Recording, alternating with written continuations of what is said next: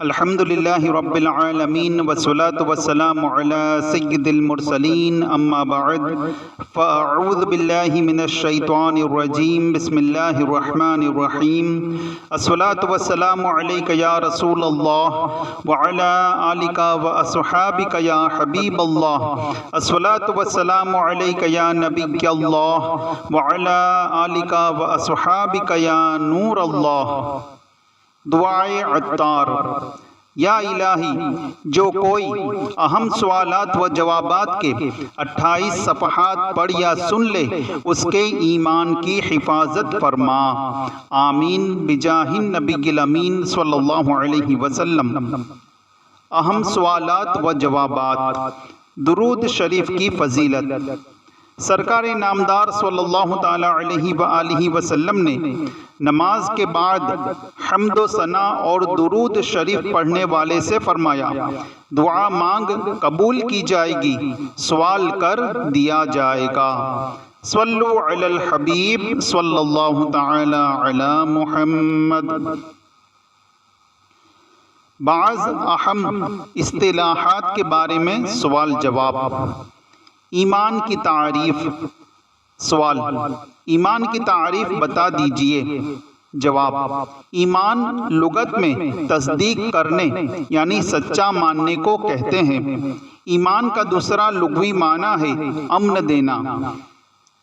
چونکہ مومن اچھے عقیدے اختیار کر کے اپنے آپ کو دائمی یعنی ہمیشہ والے عذاب سے امن دے دیتا ہے، اس لیے اچھے عقیدوں کے اختیار کرنے کو ایمان کہتے ہیں۔ اور اصطلاح شرع میں ایمان کے معنی ہے سچے دل سے ان سب باتوں کی تصدیق کرے جو ضروریات دین سے ہے۔ اور اعلیٰ حضرت امام احمد رضا خان علیہ رحمت الرحمن فرماتے ہیں، محمد الرسول اللہ صلی اللہ تعالی علیہ وآلہ وسلم کو ہر بات میں سچا جانے، حضور کی حقانیت کو صدق دل سے ماننا ایمان ہے۔ جو اس کا مقر یعنی اقرار کرنے والا ہو اسے مسلمان جانیں گے، جبکہ اس کے کسی قول یا فعل یا حال میں اللہ و رسول عز و جل و صلی اللہ تعالی علیہ وآلہ وسلم کا انکار یا تکذیب یعنی جھٹلانا یا توہین نہ پائی جائے۔ کفر کی تعریف۔ سوال، کفر کے کیا معنی ہے؟ جواب، کفر کا لغوی معنی ہے کسی شے کو چھپانا، اور اصطلاح میں کسی ایک ضرورت دینی کے انکار کو بھی کفر کہتے ہیں، اگرچہ باقی تمام ضروریات دین کی تصدیق کرتا ہو۔ جیسے کوئی شخص اگر تمام ضروریات دین کو تسلیم کرتا ہو مگر نماز کی فرضیت یا ختم نبوت کا منکر ہو، وہ کافر ہے۔ کہ نماز کو فرض ماننا اور سرکار مدینہ صلی اللہ تعالی علیہ وآلہ وسلم کو آخری نبی ماننا دونوں باتیں ضروریات دین میں سے ہیں۔ ضروریات دین کی تعریف۔ سوال، ضروریات دین کسے کہتے ہیں؟ جواب، ضروریات دین اسلام کے وہ احکام ہیں جن کو ہر خاص و عام جانتے ہوں، جیسے اللہ عز و جل کی وحدانیت یعنی اس کا ایک ہونا، انبیاء کرام علیہم الصلاۃ والسلام کی نبوت، نماز، روزے، حج، جنت، دوزخ، قیامت میں اٹھایا جانا، حساب و کتاب لینا وغیرہ۔ مثلاً یہ عقیدہ رکھنا بھی ضروریات دین میں سے ہے کہ حضور رحمت للعالمین صلی اللہ تعالی علیہ وآلہ وسلم خاتم النبیین ہیں۔ حضور اکرم صلی اللہ علیہ وسلم کے بعد کوئی نیا نبی نہیں ہو سکتا۔ عوام سے مراد وہ مسلمان ہیں جو علماء کے طبقے میں شمار نہ کیے جاتے ہو مگر علماء کی صحبت میں بیٹھنے والے ہوں اور علمی مسائل کا ذوق رکھتے ہوں۔ وہ لوگ مراد نہیں جو دور دراز جنگلوں پہاڑوں میں رہنے والے ہوں جنہیں صحیح کلمہ پڑھنا بھی نہ آتا ہو، کہ ایسے لوگوں کا ضروریات دین سے نا واقف ہونا اس دینی ضروری کو غیر ضروری نہ کر دے گا۔ البتہ ایسے لوگوں کے مسلمان ہونے کے لیے یہ بات ضروری ہے کہ ضروریات دین کے منکر یعنی انکار کرنے والے نہ ہو اور یہ عقیدہ رکھتے ہو کہ اسلام میں جو کچھ ہے حق ہے، ان سب پر اجمالاً ایمان لائے ہوں۔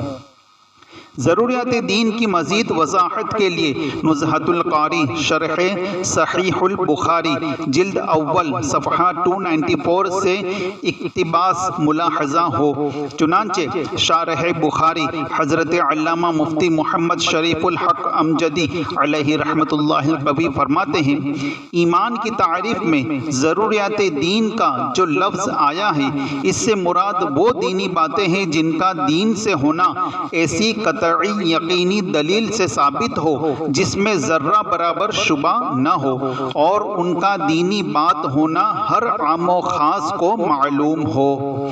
خواص سے مراد علماء ہے اور عوام سے مراد وہ لوگ ہیں جو عالم نہیں مگر علماء کی صحبت میں رہتے ہو۔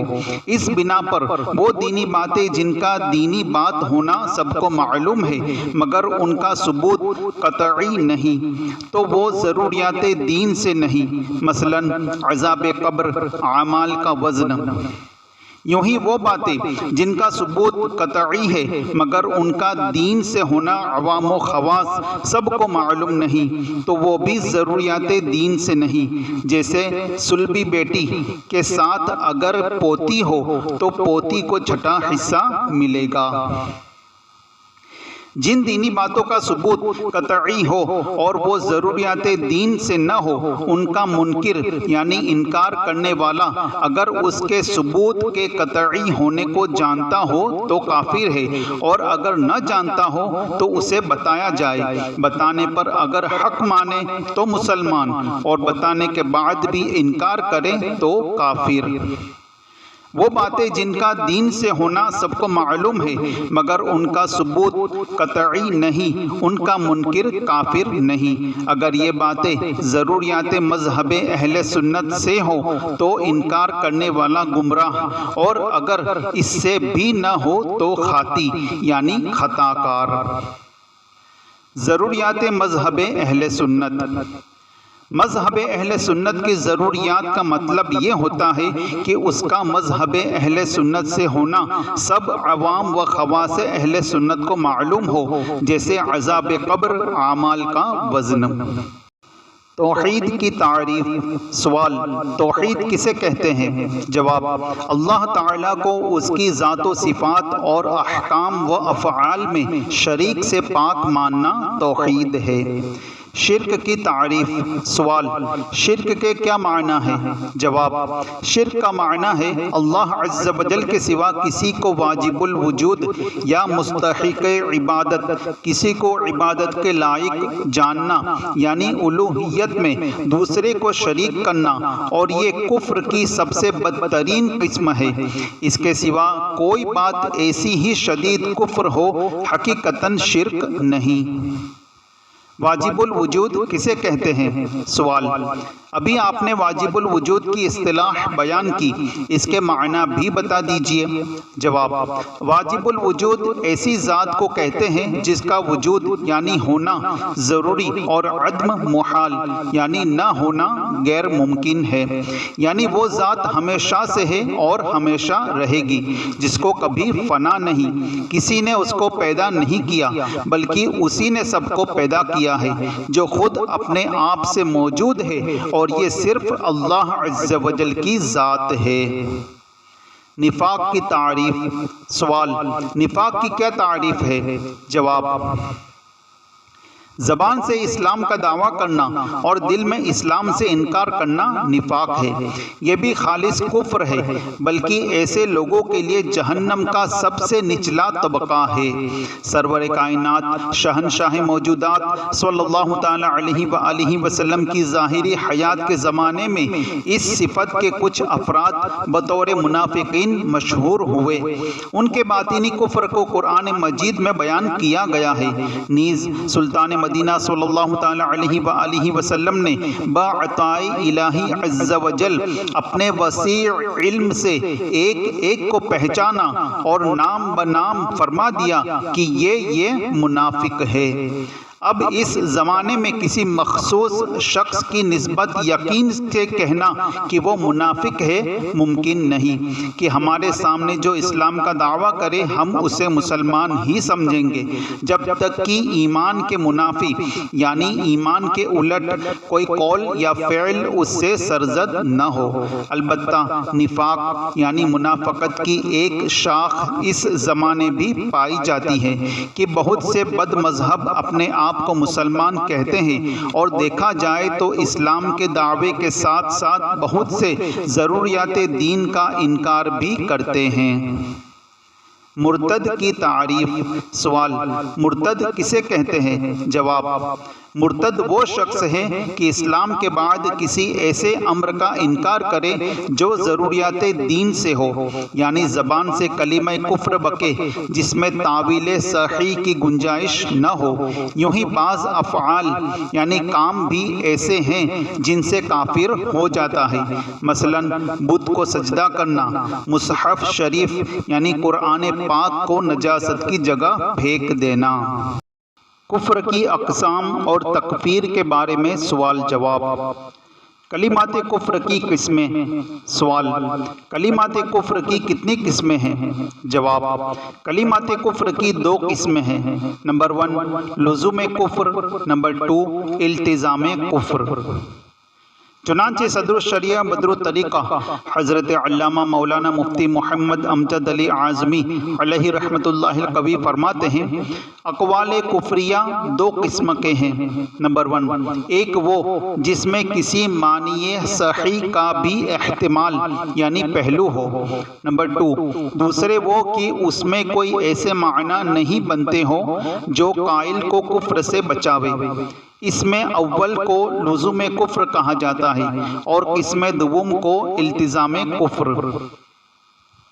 لزوم کفر کی صورت میں بھی فقہائے کرام رحمہم اللہ السلام نے حکم کفر دیا، مگر متکلمین رحمہم اللہ المبین اس سے سکوت کرتے یعنی خاموشی اختیار فرماتے ہیں اور فرماتے ہیں جب تک التزام کی صورت نہ ہو قائل کو کافر کہنے سے سکوت کیا جائے گا، اور احوط یعنی زیادہ محتاط یہی مذہب متکلمین رحمہم اللہ المبین ہیں۔ واللہ اعلم۔ لزوم و التزام کی تفصیل۔ سوال: لزوم کفر اور التزام کفر کی مزید تفصیل بیان کر دیجیے۔ جواب: لزوم کفر کی تعریف کا خلاصہ یہ ہے کہ وہ بات عین کفر نہیں مگر کفر تک پہنچانے والی ہے، اور التزام کفر یہ ہے کہ ضروریات دین میں سے کسی چیز کا صراحتاً یعنی واضح طور پر خلاف کرے۔ چنانچہ میرے آقا اعلیٰ حضرت امام اہل سنت مجدد دین و ملت مولانا شاہ امام احمد رضا خان علیہ رحمت الرحمن لزوم و التزام کے متعلق فرماتے ہیں، سید العالمین محمد رسول اللہ صلی اللہ تعالی علیہ وآلہ وسلم جو کچھ اپنے رب عز و جل کے پاس سے لائے ان سب میں ان کی تصدیق کرنا اور سچے دل سے ان کی ایک ایک بات پر یقین لانا ایمان ہے، اور معاذ اللہ عز و جل ان میں سے کسی بات کا جھٹلانا اور اس میں ادنا شک لانا کفر ہے۔ پھر یہ انکار جس سے خدا عز و جل مجھے اور سب مسلمانوں کو پناہ دے 2 طرح ہوتا ہے، نمبر 1 لزومی و نمبر 2 التزامی۔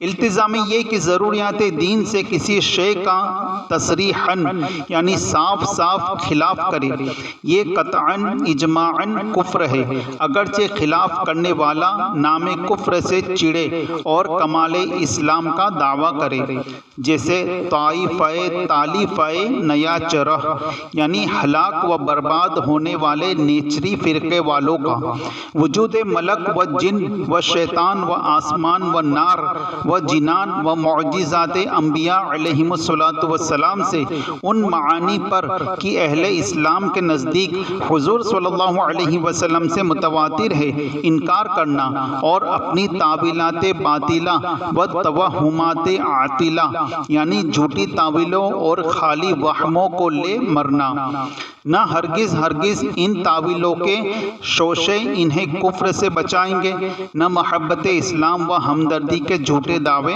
کام آئیں گے۔ اور لزومی یہ کہ جو بات اس نے کہی عین کفر نہیں مگر منجر بھی کفر یعنی کفر کی طرف لے جانے والی ہوتی ہے، یعنی معال سخن و لازم حکم کو ترتیب مقدمات و تتمیم تقریبات کرتے لے چلیے تو انجام کار اس سے کسی ضروریات دین کا انکار لازم آئے۔ اعلیٰ حضرت رحمۃ اللہ تعالیٰ علیہ کے فتوے کا آسان لفظوں میں خلاصہ۔ سوال: سرکار اعلیٰ حضرت رحمۃ اللہ تعالیٰ علیہ کے مبارک فتوے کے بیان کردہ اقتباس کا آسان لفظوں میں خلاصہ کر دیجئے۔ جواب: میرے آقا اعلیٰ حضرت امام اہل سنت مجدد دین و ملت مولانا شاہ امام احمد رضا خان علیہ رحمت الرحمن اپنے مبارک فتوے کے مذکورہ اقتباس میں ایمان و کفر کی تعریف بیان کرنے کے بعد کفر کی دو اقسام لزوم و التزام کا ذکر کرتے ہوئے فرماتے ہیں: نمبر 1، التزام کفر یعنی ضروریات دین میں سے کسی ایک چیز کا بھی خلاف کرنا، چاہے وہ خلاف کرنے والا بظاہر اسلام کا کیسا ہی شیدائی بنتا ہو اور بے شک کفر کے نام سے چڑھتا ہو مگر اس پر حکم کفر ہے اور وہ اسلام سے خارج ہے، جیسا کہ نیچری فرقے والے جو کہ بظاہر اسلام اور ملت اسلامیہ کی محبتوں کا خوب دم بھرتے اور بڑھ چڑھ کر اپنے آپ کو مسلمانوں میں کھپاتے ہیں مگر کئی ضروریات دین کا خلاف کرتے ہیں، مثلا ملائکہ، جنات، شیطان، آسمان، جنت، دوزخ اور معجزات انبیاء کرام علیہم الصلاۃ والسلام کے وہ معانی جو کہ ہمارے مکی مدنی آقا صلی اللہ تعالی علیہ وآلہ وسلم سے بتواتر ثابت ہے اور سبھی اہل اسلام کا جن پر اتفاق ہے ان کو تسلیم کرنے کے بجائے الٹی سیدھی تعویلوں کے ذریعے اپنے من گھڑت جدا گانا معنی بیان کرتے ہیں۔ لہٰذا نیچریوں کو ان کے محبت اسلام کے دعوے ہرگز کفر سے نہیں بچا سکتے۔ نمبر 2، لزوم کفر عین کفر تو نہیں ہوتا مگر کفر تک لے جانے والا ہوتا ہے، یعنی کلام کا انجام اور حکم کا لازم کفر حقیقی ہے۔ مراد یہ کہ اگر مقدمات کو ترتیب دیا جائے اور تقریبات کو مکمل کرتے جائیں تو بالآخر کسی ضروری دینی کا انکار لازم آئے۔ اس کی بہت سی صورتیں ہوتی ہیں۔ اختلافی کفر کے بارے میں حکم۔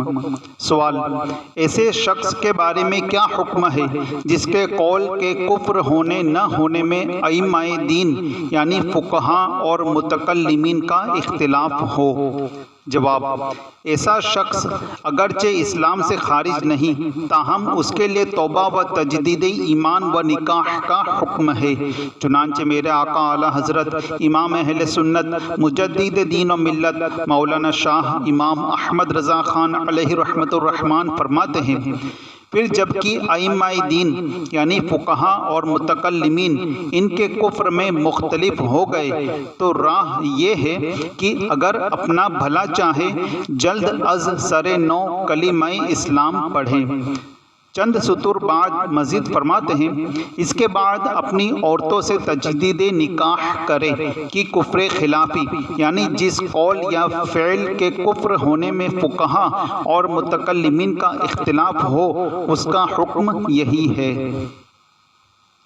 کفر لزومی میں اعمال برباد ہو جاتے ہیں یا نہیں؟ سوال، جس کے کسی قول یا فعل کے کفر ہونے میں ائمہ دین یعنی فقہا اور متکلمین کا اختلاف ہو، کیا اس کے بھی تمام اعمال برباد ہو جاتے ہیں؟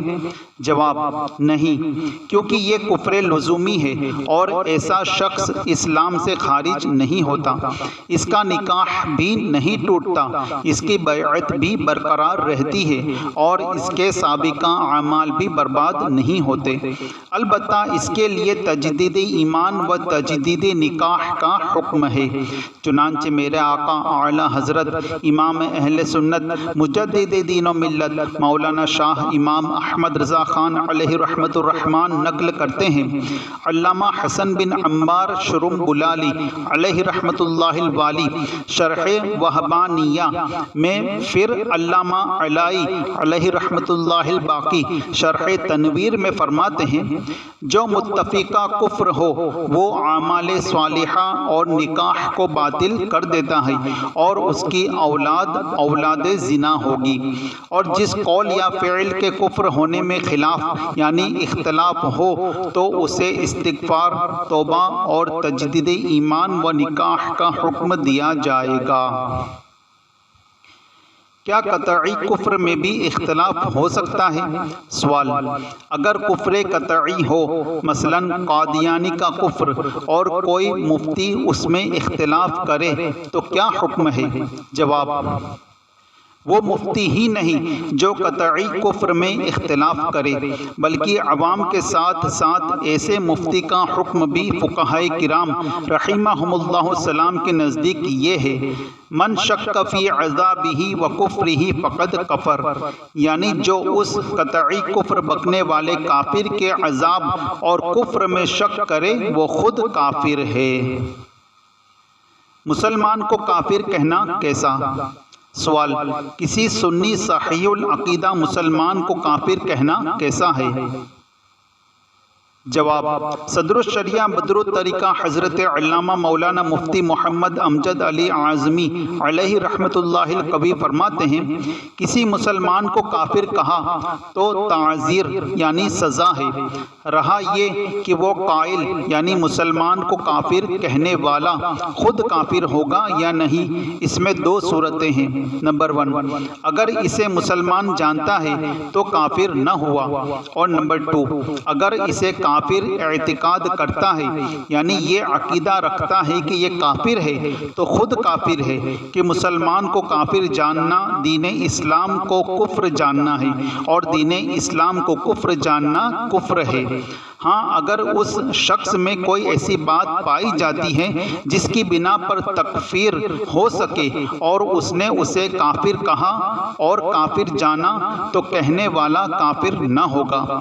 نیز فرمایا، مسلمان کو بطور گالی بد مذہب، منافق، زندیق، یہودی، نصرانی کا بچہ، کافر کا بچہ کہنے پر بھی تعزیر یعنی سزا ہے۔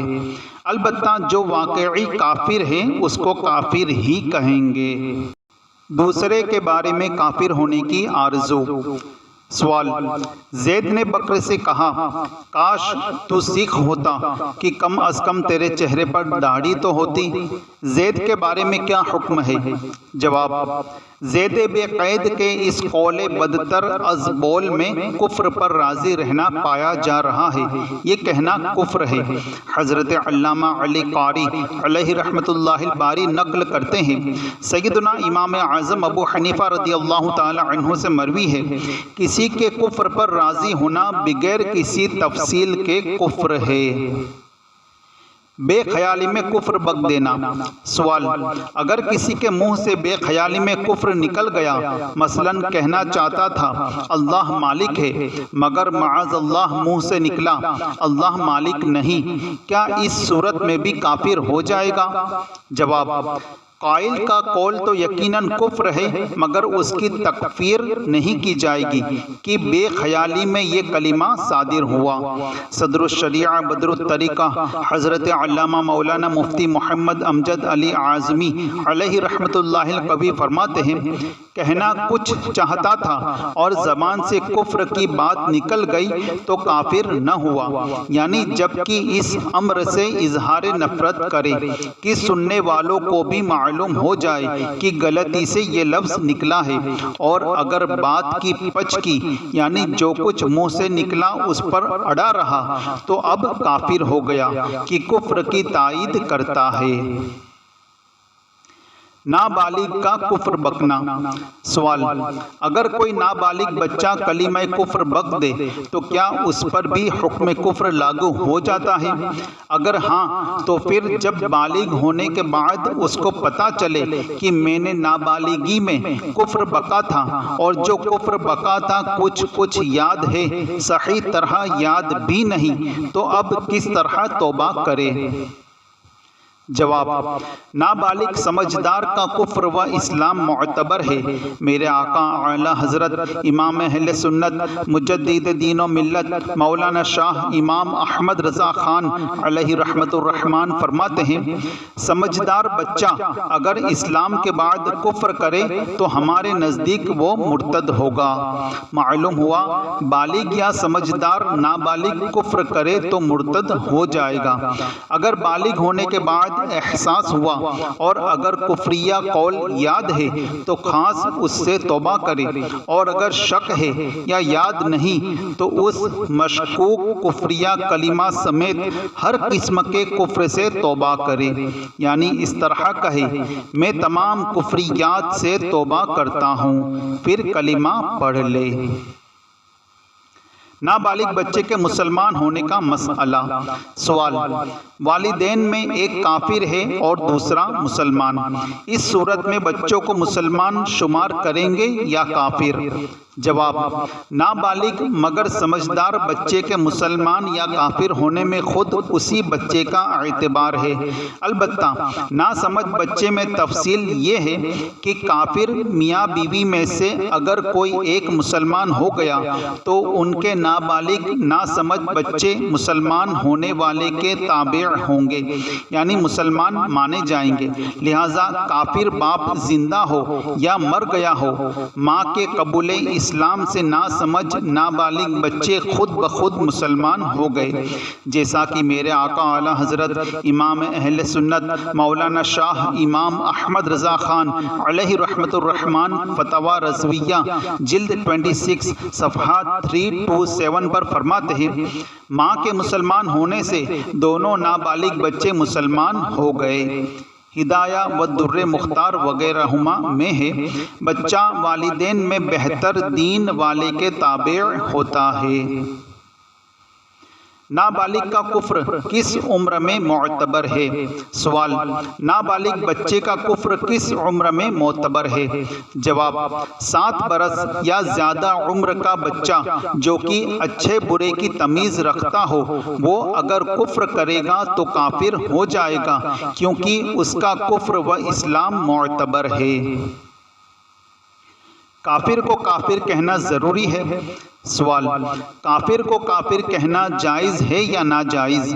جواب: کافر کو کافر کہنا نہ صرف جائز بلکہ بعض صورتوں میں فرض ہے۔ صدر الشریعہ بدر الطریقہ حضرت علامہ مولانا مفتی محمد امجد علی اعظمی علیہ رحمت اللہ القوی فرماتے ہیں، ایک یہ وبا بھی پھیلی ہوئی ہے، کہتے ہیں کہ ہم تو کافر کو بھی کافر نہ کہیں گے کہ ہمیں کیا معلوم کہ اس کا خاتمہ کفر پر ہوگا۔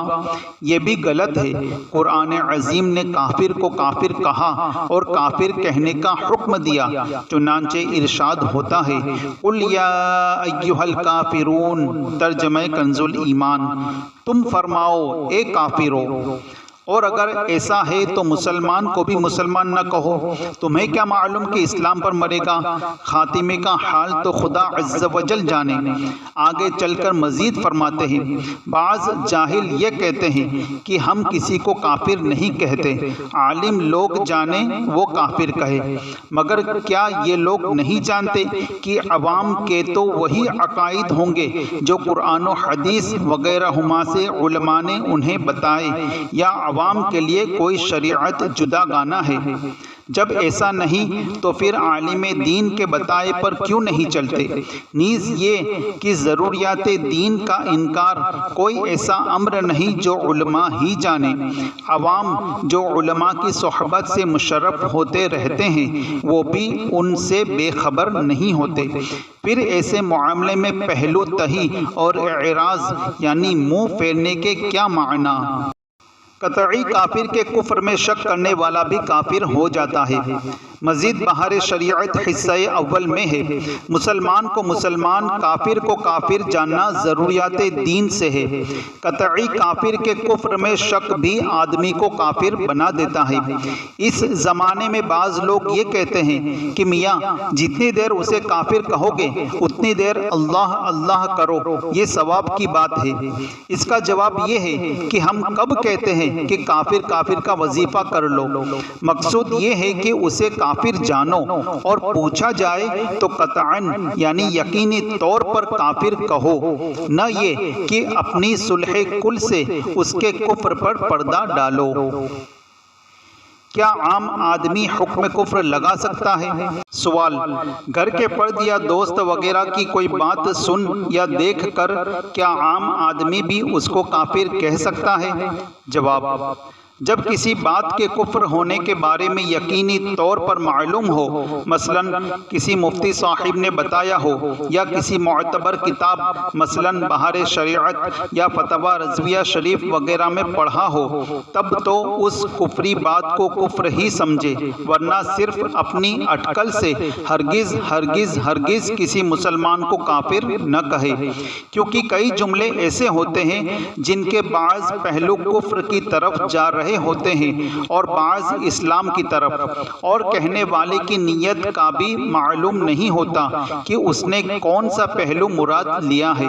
میرے آقا اعلیٰ حضرت امام اہل سنت مجدد دین و ملت مولانا شاہ امام احمد رضا خان علیہ رحمت الرحمن فرماتے ہیں، ہمارے ائمہ رحمہم اللہ تعالی نے حکم دیا ہے کہ اگر کسی کلام میں 99 احتمال کفر کے ہو اور ایک اسلام کا، تو واجب ہے کہ احتمال اسلام پر کلام محمول کیا جائے جب تک اس کا خلاف ثابت نہ ہو۔ صدر الشریعہ بدر الطریقہ حضرت علامہ مولانا مفتی محمد امجد علی اعظمی علیہ رحمت اللہ القوی فرماتے ہیں، کسی کلام میں چند معنی بنتے ہیں، بعض کفر کی طرف جاتے ہیں، بعض اسلام کی طرف، تو اس شخص کی تکفیر نہیں کی جائے گی۔ ہاں اگر معلوم ہو کہ قائل یعنی کہنے والے نے معنی کفر کا ارادہ کیا، مثلا وہ خود کہتا ہے کہ میری مراد یہی کفریہ معنی والی ہے، تو اب کلام کا محتمل ہونا یعنی کلام میں تعویل کا پایا جانا نفع نہ دے گا۔ یہاں سے معلوم ہوا کہ کلمے کے کفر ہونے سے قائل کا کافر ہونا ضرور نہیں۔ بغیر علم کے فتویٰ دینا کیسا؟ سوال، جو مفتی نہ ہونے کے باوجود بغیر علم کے فتویٰ دے اس کے لیے کیا حکم ہے؟ جواب، ایسا شخص سخت گناہگار اور عذاب نار کا حقدار ہے۔ سرکار مدینہ قرار قلب و سینہ صلی اللہ تعالی علیہ وآلہ وسلم کا فرمان باقرینہ ہے، جس نے بغیر علم کے فتویٰ دیا تو آسمان و زمین کے فرشتے اس پر لعنت بھیجتے ہیں۔ میرے آقا اعلیٰ حضرت امام اہل سنت مولانا شاہ امام احمد رضا خان علیہ رحمت الرحمن فتویٰ رضویہ جلد 23 صفحہ 716 پر فرماتے ہیں، سند حاصل کرنا تو کچھ ضرور نہیں، ہاں باقاعدہ تعلیم پانا ضرور ہے۔ تعلیم خواہ مدرسے میں ہو یا کسی عالم کے مکان پر، اور جس نے بے قاعدہ تعلیم پائی وہ جاہل محض سے بدتر نیم ملا خطرہ ایمان ہوگا۔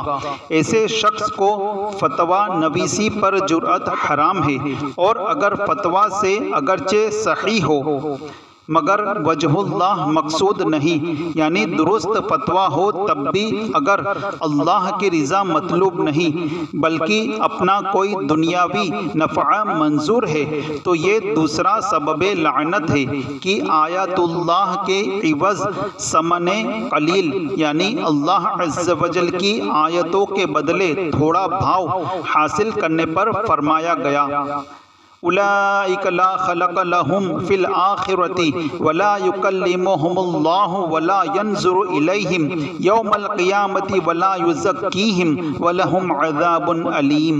ترجمہ کنز الایمان۔ آخرت میں ان کا کچھ حصہ نہیں، اور اللہ عز و جل نہ ان سے بات کرے نہ ان کی طرف نظر فرمائے قیامت کے دن، اور نہ انہیں پاک کرے، اور ان کے لیے دردناک عذاب ہے۔ غلط مسئلہ بتانا سخت کبیرہ گناہ ہے۔ میرے آقا اعلیٰ حضرت امام اہل سنت مولانا شاہ امام احمد رضا خان علیہ رحمت الرحمن فتاوی رضویہ جلد 23 صفحہ 711 تا 712 پر فرماتے ہیں، جھوٹا مسئلہ بیان کرنا سخت شدید کبیرہ گناہ ہے۔ اگر قصدن ہے تو شریعت پر افطرا یعنی جھوٹ باندھنا ہے، اور شریعت پر افطرا اللہ عز و جل پر افطرا ہے، اور اللہ عز و جل فرماتا ہے ان الذین یفترون علی اللہ الکذب لا یفلحون۔ ترجمہ کنز الایمان۔ وہ جو اللہ عز و جل پر جھوٹ باندھتے ہیں ان کا بھلا نہ ہوگا۔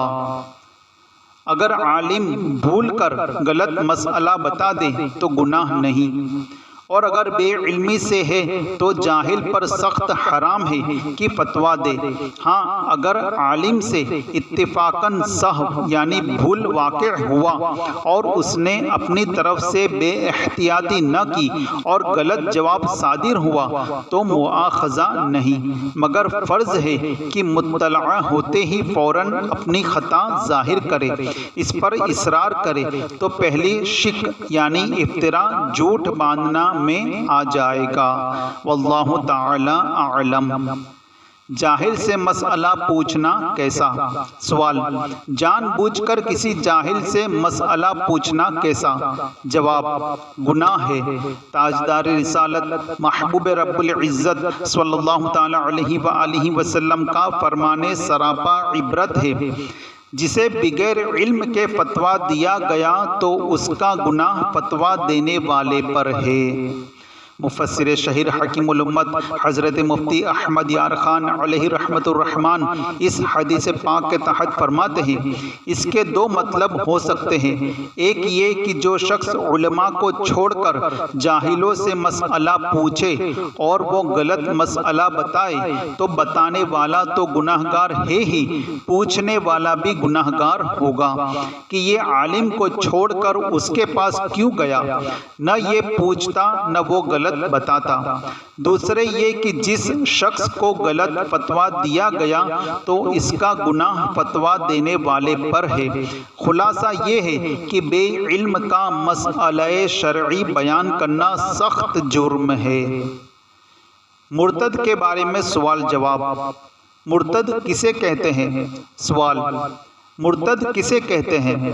جواب: مرتد وہ شخص ہے کہ اسلام کے بعد کسی ایسے امر کا انکار کرے جو ضروریات دین سے ہو، یعنی زبان سے ایسا کلمہ کفر بکے جس میں تعویل صحیح کی گنجائش نہ ہو۔ یوں ہی بعض افعال بھی ایسے ہوتے ہیں جن سے کافر ہو جاتا ہے، مثلاً بت کو سجدہ کرنا، مصحف شریف یعنی قرآن پاک کو نجاست کی جگہ پھینک دینا۔ مرتد کی دنیا میں سزا۔ سوال: کیا مرتد کی دنیا میں بھی کوئی سزا ہے؟